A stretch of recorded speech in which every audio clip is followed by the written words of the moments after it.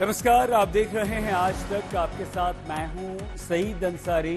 स्वागत है आपका विशेष में आज बात नीट के उन छात्रों की जो एनटीए की खामियों का शिकार हो रहे हैं। आज तक इन छात्रों के साथ इंसाफ की लड़ाई में डट कर खड़ा हुआ है।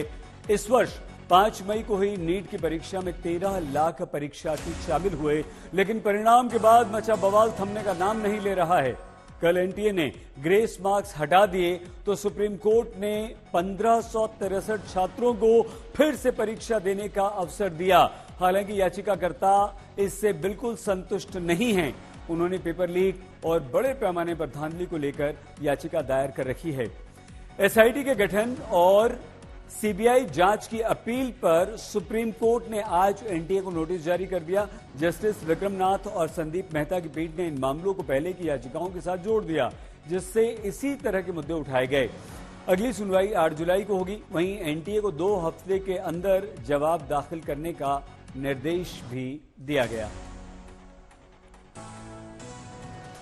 एनटीए और शिक्षा मंत्री धर्मेंद्र प्रधान पेपर लीक और बड़े पैमाने पर धांधली से साफ इनकार कर रहे हैं। लेकिन बड़ा प्रश्न यह है कि यह घटना और पटना और गुजरात के गोधरा में एफआईआर दर्ज क्यों हुई, क्यों लोगों को गिरफ्तार किया गया और दोनों ही राज्यों में खुद पुलिस धांधली और पेपर लीक का दावा क्यों कर रही है।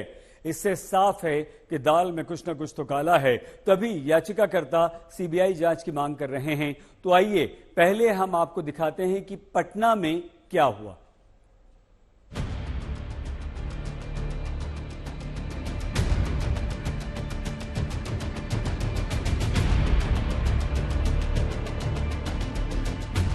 पटना में नीट की परीक्षा को लेकर कैसे खुद पटना पुलिस ने पेपर लीक का दावा किया है।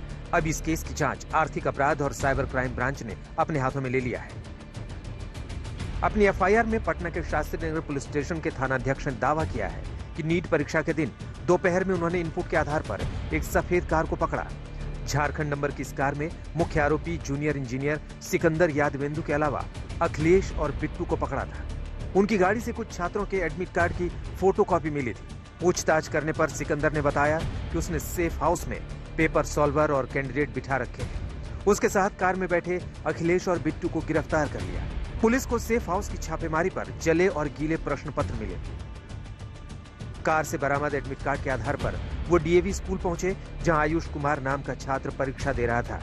परीक्षा के बाद पुलिस ने उसे हिरासत में लेकर पूछताछ की तो उसने बताया कि एक दिन पहले उसे जो प्रश्न पत्र याद करने के लिए दिया गया था, परीक्षा में हूबहू वही प्रश्न आया।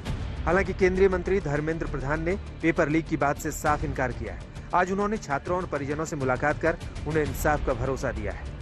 मैं आपसे ये पूछना चाह रही हूँ कि पेपर लीक नहीं हुआ है, इस निष्कर्ष पर आप कैसे पहुंचे हैं? क्या अपनी तरफ से आपने जांच एजेंसियों से बातचीत की है या अपनी खुद की कोई इन्वेस्टिगेशन आप लोग कर रहे हैं? निष्पक्ष क्यों? जांच एजेंट दो, मैंने कहा 4750 के अंदर में 2 जगह की इस प्रकार की खबरें आई है। दोनों के अलग अलग काम है। दोनों में पेपर लीक वगैरह के विषय नहीं है। एक में कुछ आपत्ति है, दूसरे में कुछ आपत्ति है। वहां की स्थानीय एजेंसी काम कर रहा है। इसके सर्वोपरि सुप्रीम कोर्ट की नजर में 8 जुलाई को सुप्रीम कोर्ट की भारत सरकार को भी नोटिस है। हम अपना पक्ष रखेंगे। मैं आज ही आपके माध्यम से आश्वस्त करना चाहता हूं, सारे विद्यार्थियों के हितों को सुरक्षित रखा जाएगा। दूसरी तरफ पटना पुलिस एनटीए से प्रश्न पत्र मांग रही है ताकि वो बरामद किए गए प्रश्न पत्र से मिलान कर पुख्ता कर सके कि पेपर लीक का उसका दावा सही है। लेकिन एनटीए ने प्रश्न पत्र अब तक नहीं दिया है, लिहाजा बिहार की राजनीति भी इस मामले को लेकर गर्म है। केंद्र सरकार, भारत सरकार के माननीय शिक्षा मंत्री जी कह रहे हैं कोई धांधली नहीं हुई है। अगर धांधली नहीं हुई है तो फिर अरेस्टिंग क्यों हुई है, क्यों जेल में डाले गए हैं, बिहार पुलिस ने क्यों पकड़ा है? पटना पुलिस कुल 13 लोगों को गिरफ्तार कर चुकी है। इनमें परीक्षार्थी और उनके अभिभावक भी शामिल हैं। शुरुआत सिकंदर से हुई, जिससे पूछताछ के बाद कोचिंग चलाने वाले अमित को पकड़ा। फिर नीतीश को शिकंजे में लिया, जो बीपीएससी टीचर परीक्षा के पेपर लीक में भी शामिल था। बिहार के नालंदा से संजीव सिंह नाम के एक शख्स को भी पकड़ा गया है, जिसे इस कांड का सरगना माना जा रहा है। ये सारे लोग छात्रों से संपर्क कर पैसे लेकर प्रश्न पत्र देने में शामिल बताए गए हैं। बिहार पुलिस के मुताबिक 35 उम्मीदवारों को प्रश्न पत्र दिए गए और हर छात्र से 30 से 32 लाख रुपए लिए गए। बिहार पुलिस का कहना है कि ट्रांसपोर्टेशन के दौरान पेपर लीक किया गया। मामले की गंभीरता को देखते हुए जांच का जिम्मा पटना पुलिस से खुद आर्थिक अपराध शाखा और साइबर विंग ने संभाल लिया है, लेकिन एनटीए के रवैये से जांच आगे नहीं बढ़ पा रही है। आदित्य वैभव, पटना, आज तक। और आइए अब हम आपको गोधरा में पकड़ी गई नीट धांधली की खबर दिखाते हैं। गुजरात के गोधरा में जय जलाराम स्कूल एक ऐसा केंद्र था जहां धांधली के तहत ओडिशा, कर्नाटक और झारखंड से छात्र परीक्षा देने आए। यहां सेंटर के सुपरिंटेंडेंट और डिप्टी सुपरिंटेंडेंट का एक एक छात्र को नीट करने के लिए 10-10 लाख रुपए देने का आरोप है, इनसे लेने का आरोप है, यानी कि छात्रों ने दिए और इन्होंने लिए। गोधरा पुलिस ने इस धांधली का खुलासा कर दिया, लेकिन एनटीए अब भी यह मानने को तैयार नहीं कि परीक्षा में कहीं कोई गड़बड़ी हुई है।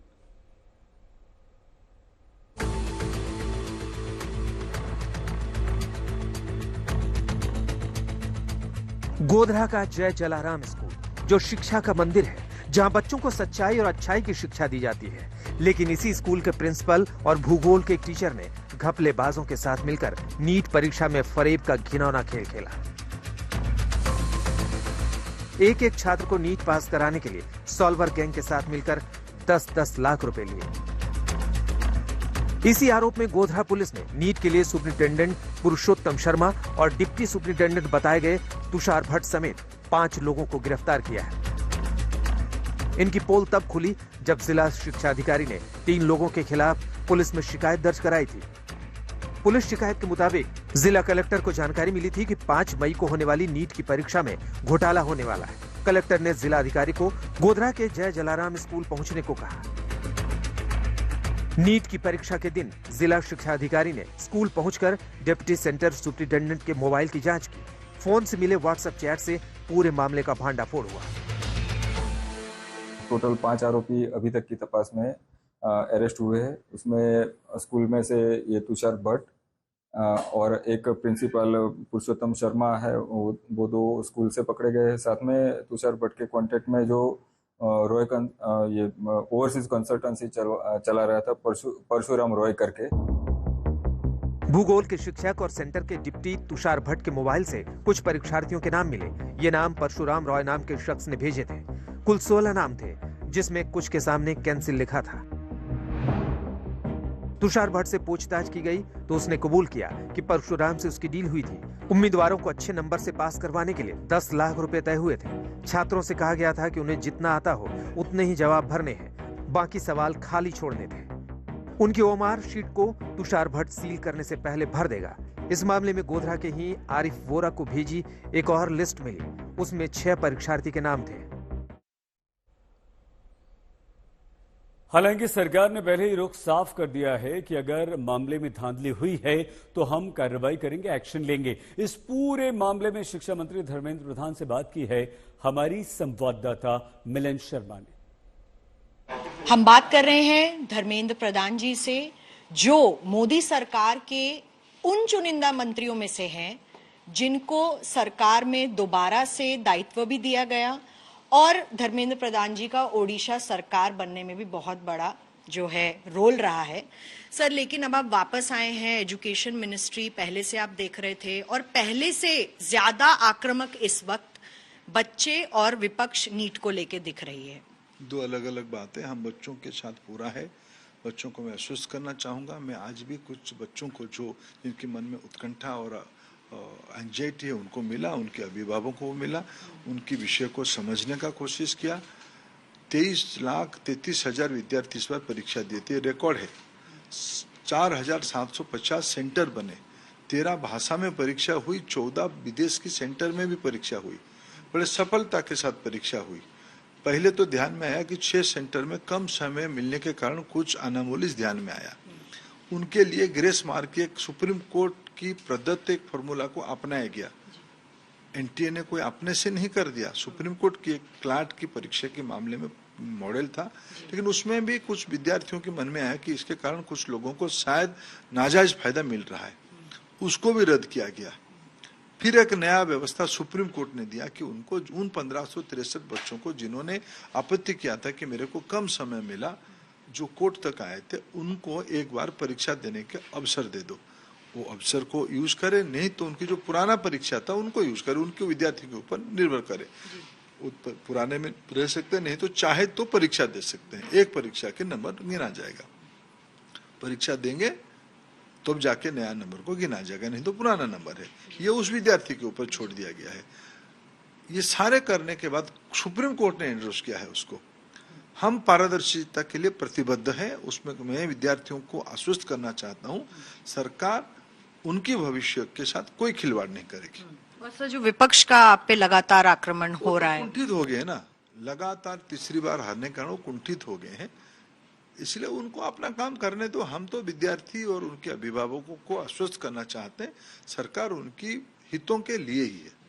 जब डीएमके जैसी पार्टी कहती है कि नीट को पूरी तरीके से स्क्रैप कर देना चाहिए, या कांग्रेस के मल्लिकार्जुन खड़गे कहते हैं कि नीट में जो पेपर लीक की समस्या है उस पर एनटीए या सरकार कुछ नहीं कह रही है, तो सर मैं आपसे ये पूछना चाह रही हूँ कि पेपर लीक नहीं हुआ है, इस निष्कर्ष पर आप कैसे पहुंचे हैं? क्या अपनी तरफ से आपने जांच एजेंसियों से बातचीत की है या अपनी खुद की कोई इन्वेस्टिगेशन आप लोग कर रहे हैं? निष्पक्षता क्यों? जांच एजेंट दो, मैंने कहा 4750 के अंदर में 2 जगह की इस प्रकार की खबरें आई है, दोनों के अलग अलग काम है, दोनों में पेपर लीक वगैरह के विषय नहीं है, एक में कुछ आपत्ति है, दूसरे में कुछ आपत्ति है, वहां की स्थानीय एजेंसी काम कर रहा है।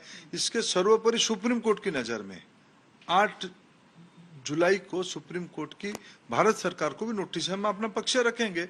मैं आज ही आपके माध्यम से आश्वस्त करना चाहता हूं, सारे विद्यार्थियों के हितों को सुरक्षित रखा जाएगा। बाकी कांग्रेस पार्टी के आरोप की बात है, डीएमके पार्टी निजी कॉलेज की हितों को रक्षा करने के लिए वो पहले से आज नहीं, नीट बनी क्यों, एनटीए बनी क्यों, नीट हुआ क्यों? क्योंकि उन राज्यों में पारदर्शी तरीके से एडमिशन नहीं होने के कारण, उस समय की सुप्रीम कोर्ट की जजमेंट के कारण ये एनटीए बनी है।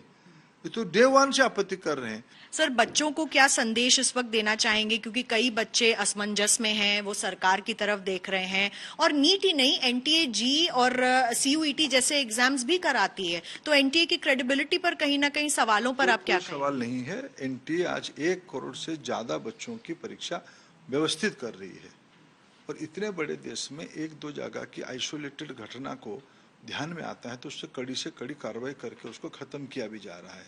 उसके ऊपर आज देश में कोर्ट भी नजर रखा है, इसलिए भ्रम फैलाने का हम काम में कि जो करते हैं वो उचित नहीं है। पारदर्शी तरीके के लिए हम लोग सब प्रतिबद्ध थे, जब भी कुछ विषय पे संज्ञान आती है उस पर कार्रवाई भी की जा रही है। जैसे अभी 6 सेंटर की कम समय मिलने के लिए जो अनामूल्य है उसकी समस्या समाधान हुई, जैसे विद्यार्थियों की अपेक्षा को पूरा हो पाए। 13 लाख बच्चों ने क्वालिफाई किया था सर, क्या उनके लिए रीटेस्ट आप सोच रहे हैं फ्यूचर? आवश्यकता क्यों है? आप अफवाह में क्यों हम जाएंगे? कुल मिलाकर समस्या 8 सेंटर की है, 6 की समाधान हो गई है, बाकी 2 की भी समाधान हो जाएगी। एजेंसियां काम कर रही है और मैं आश्वस्त कर रहा हूं भारत सरकार की ओर से, कोई भी हो उसको बख्शा नहीं जाएगा। ठीक है, बहुत बहुत धन्यवाद हमसे बात करने के लिए धर्मेंद्र प्रधान से, जिन्होंने सारे सवालों के जवाब लगभग दिए, और आने वाले समय में भी जो बच्चों को जो दिक्कतें हो रही हैं उसको लेकर भी लगातार सरकार प्रतिबद्ध है। आलोक दास के साथ मिलन शर्मा, आज तक। बच्चों के सपनों और उनके भविष्य के साथ खिलवाड़ का अधिकार किसी को नहीं होना चाहिए, उन्हें उड़ने दीजिए, आगे बढ़ने दीजिए। विशेष में आज के लिए बस इतना ही। आप प्लीज अपना बहुत ख्याल रखिएगा, देखते रहिए आज तक। आज तक देश का सर्वश्रेष्ठ न्यूज चैनल